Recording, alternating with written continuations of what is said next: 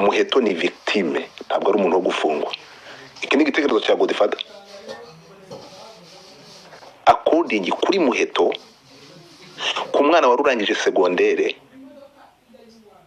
akaza agahabwa platform ya Miss Rwanda, ibi byo ni bisanzwe ku myaka ya 18, ariko akagerekaho ibibazo muheto yahuye nabyo byo kwisanga muri zira kese zimeze kuriya.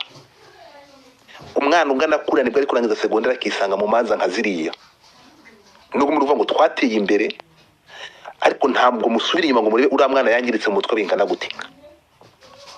Niki cyasunikiye muheto kwiyahuza izo nzoga? Nuko yarasanzwe ari umusinzi? Ntabwo biko bimeze. Uyu mwana yisanze ku mutwe yikureye ibintu adashobora kugusiporta. Ufata umwana w'umukobwa nk'uyu nguyu ukamurundaho ikibazo kiremereye nk'iki gihugu kingana kuriya. Isi yose u Rwanda rwose rumuhanze amaso. Ahubwo umwana arakomeye kuba ataraniyahuye.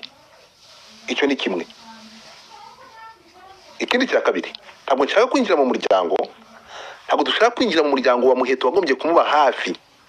Reka none iki ngiki nkibaza umuryango nyarwanda, nkibaze n'ubuyobozi bwakabaye bumureberera nk'umwana bari bahaye platform.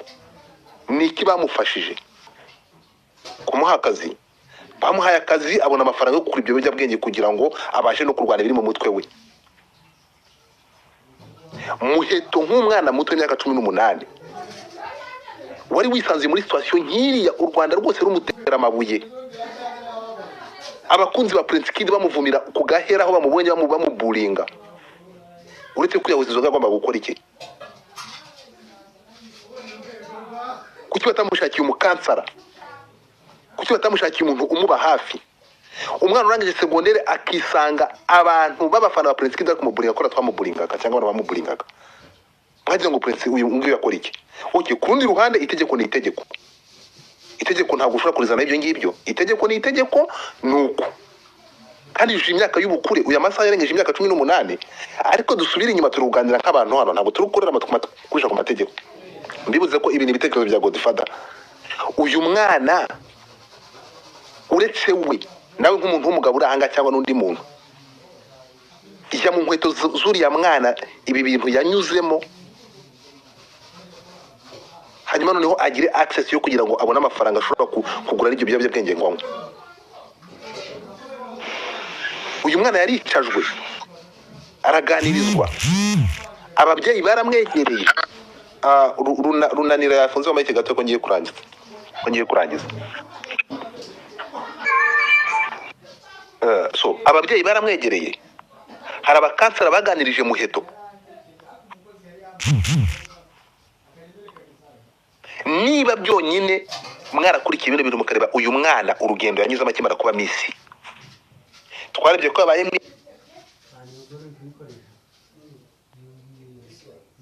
yaje kubwitwara moto, yaje kubaho ati. Ibi byose ni ingaruka z'ibibazo uriya mwana yanyuzemo. Ntabwo Miss Rwanda iri kamba uyu mwana yambaye ikamba ry'amahwa. Ariyo mpamvu dusaba niba hari n'abacamanza n'uyu mwana bari kugenda kubera ibintu byo gutwara, niba no kumucira urubanza bamanze basubira inyuma gato, barebe uyu mwana urugendo rwe no kugira ngo yisanga ashobora gutwara imodoka adafite driving license. Mental health uyu mwana yari imeze gute? Ko nta myaka 3-4 ishize uyu mwana anyuze muri ibibazo kandi atuje imyaka y'ubukura ariko ari kuva mu butineja. Muheto yararangaranwe. Iki ni igitekerezo cya Godfather. Muheto yararangaranwe. Ngiye gusoza. Niba rero gutanga ukavuga aho ngaho bikomeye, garuka wumve ko ari ikintu cyane, kandi uwo muntu bakamwita bakamushakira n'ibisubizo. Ntabwo gushakira muheta akazi ntabwo byari bihagije nko kumushakira abantu bamwita bakareba niba uwo mwana nta hungabana yagize.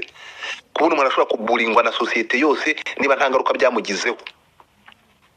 Ntabwo yigeze sinzi niba arabonye hafi y'icyo kintu. So soza rero, muheto ntabwo akwiye gufungwa ahubwo agomba kwitabwaho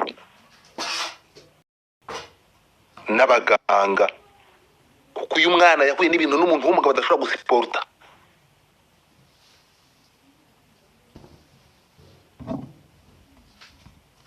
So njye ku ruhande rwanjye ibintu murabyibuka, ejo bundi umunsi yafashwe mwarabonye ko nahise nkora space ariko ndigaya ndayifunga. Mwabonye ko nakoze tweet ngahita nyisiba ako kanya kuko narigaye ndashusha ubwingo bwa ndi mu bihe. Ntabwo ukora gusanga katangaza inkuru uyu mwana itazi problem nari bisiba, mwarabibonye n'abantu bafashe iyo record nahise ngenda ndabasaba mu bisiba babikuraho.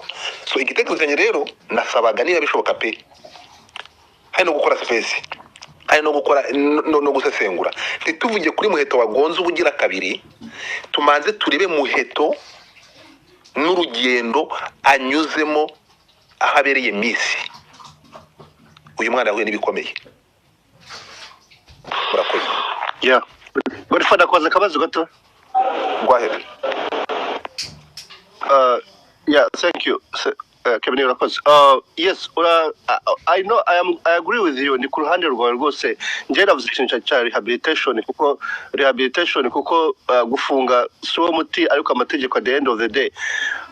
Iki kintu wenda usanze turi kuvugaho cya public opinion wenda kuba bapostinze polisi ya postinze muheto publicly kuriya. Ntabwo numvise feedback yawe yari wowe urabyumva ute? It was good? Yeah. My friend, itegeko ni itegeko, ntabwo itegeko rigira santima. Ibi ngibi turi kuvuga nka public opinion nk'uko kubivuga, ahangaha itegeko ntabwo rigira santima, ni itegeko. Nta kintu polisi yakoze itagombaga gukora, sibyo?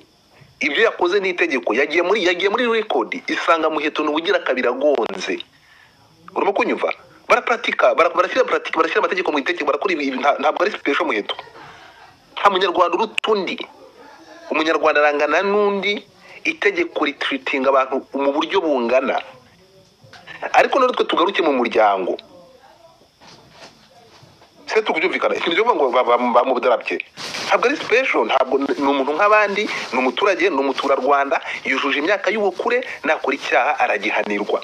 Ibyo polisi yakoze nta kintu tuyinengaho, nibyo yagombaga gukora, yakurikije protocol. Ntabwo polisi ishyize na santima, ntabwo polisi irakuza ngo se wa muheto ngo ni uyu ngo muheto ngo ni misi. Oya, misi, umusirikari, umupolisi, umuhinzi, itegeko ni rimwe. Ntabwo sinzi impamvu cyeretse n'abantu mutamenya amategeko yo mu Rwanda, nta komite mwabishyiraho. Itegeko riducitinga mu rwego rumwe. Niba mubona umuntu nka Gasana wayoboye polisi ari aho ari generali, bakamwuriza pandagara akagenda akajya mageragera akajya kurya ibigori, nibwo budasa. Ariko noneho tugaruke mu muryango, ibyo ngibyo ntimushyiraho comment. Tugaruke mu muryango, ikibazo cya muheto. Ntabwo muheto nimujya no kumucira, nimujya no kumukatira kuri ibyaha yakoze, mugiye gukatira umurwayi, umwana ku myaka 18 wa fesinze ibintu byari bimuremereye atashobora guhanduringa. Kubona abanyarwanda twese tumuburinga kuko Prince Kid yari afite abafana benshi. So kubona uyu mwana arashobora kwiyahuza ibiyobyabwenge, inzoga, akatwara yasinze. Mbere yuko mucira urubanza mumaze murebe ingaruka y'ibyo bintu nimva n'imvano y'icyo kintu. Niko bitekereza cye. None se Godfather, abantu bose banyuze muri ibyo bintu bahura na depression ku buryo aka kanya twakwicara twumva yuko ibyo bintu yanyuzemo ari byo biri gutera iki kibazo. Turaze kureba turebe ngo ese uriya mwana mbere yuko ahura n'ibibazo yahuye nabyo. 90% ni igitekerezo ndi gutanga. 90% biragaragara ko uyu mwana kugira ngo yisange muri situation hari impamvu ishobora kubimutera, ko dushobora kuvuga se ni gute uyu mwana ashobora kwisanga muri situation anywa inzoga bigeze gutya. Nuza kureba hari impamvu ibitera. Urukumva ni opinion yanjye nuko bitekereza. Kubona umwana w'umukobwa ku myaka 18 ashobora kwikorera kesi nk'iriya, yarangiza kwikorera kesi nk'iriya, mwese murabizi hano ukuntu muhetizira muheto byari byabaye we na Mutesi Jolly. Ariko fata we na Mutesi Machuwa yarakuzemo, ngaho fata uriya mwana muheto, ntabwo tuzi muri quartier aho yanyuraga ibyo bamukoreraga, abamuburingaga niba ari kuri social media gusa, ntabwo mbizi, sibyo? Hanyuma turabona izi ni ingaruka.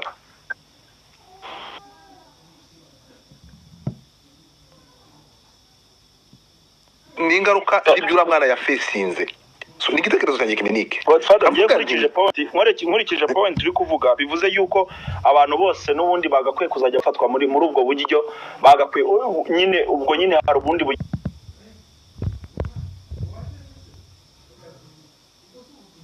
ngo yatwaye ngo afite depression ngo kubera ibintu yanyuzemo ibyo bintu byo kubyihangana wumve yuko umuntu wamugira ikigongwe kandi uzi ko ibyo bintu ari amakosa already. Ntabwo uri kumva maze wumve point yanjye.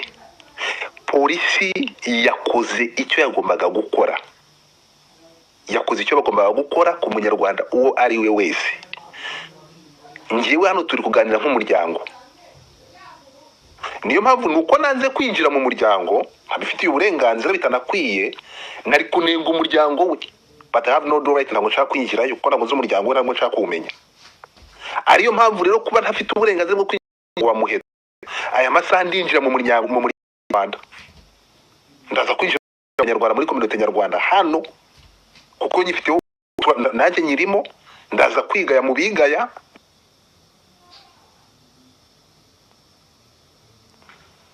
Ntabwo ndibuze ko iyo ko afite ububasha akaba afite n'ubwo burenganzira, nari kunenga umuryango we ariko ntabwo mfitiye ububasha. Ndanenga umuryango nyarwanda.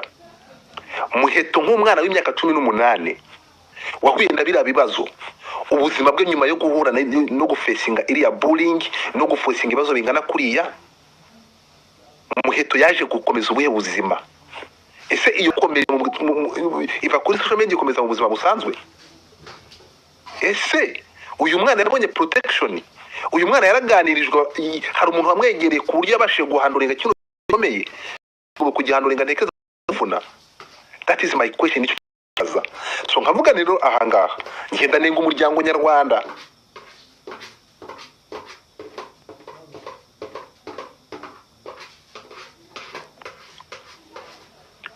Niba hatarabayeho kwita kuri uyu mwana, so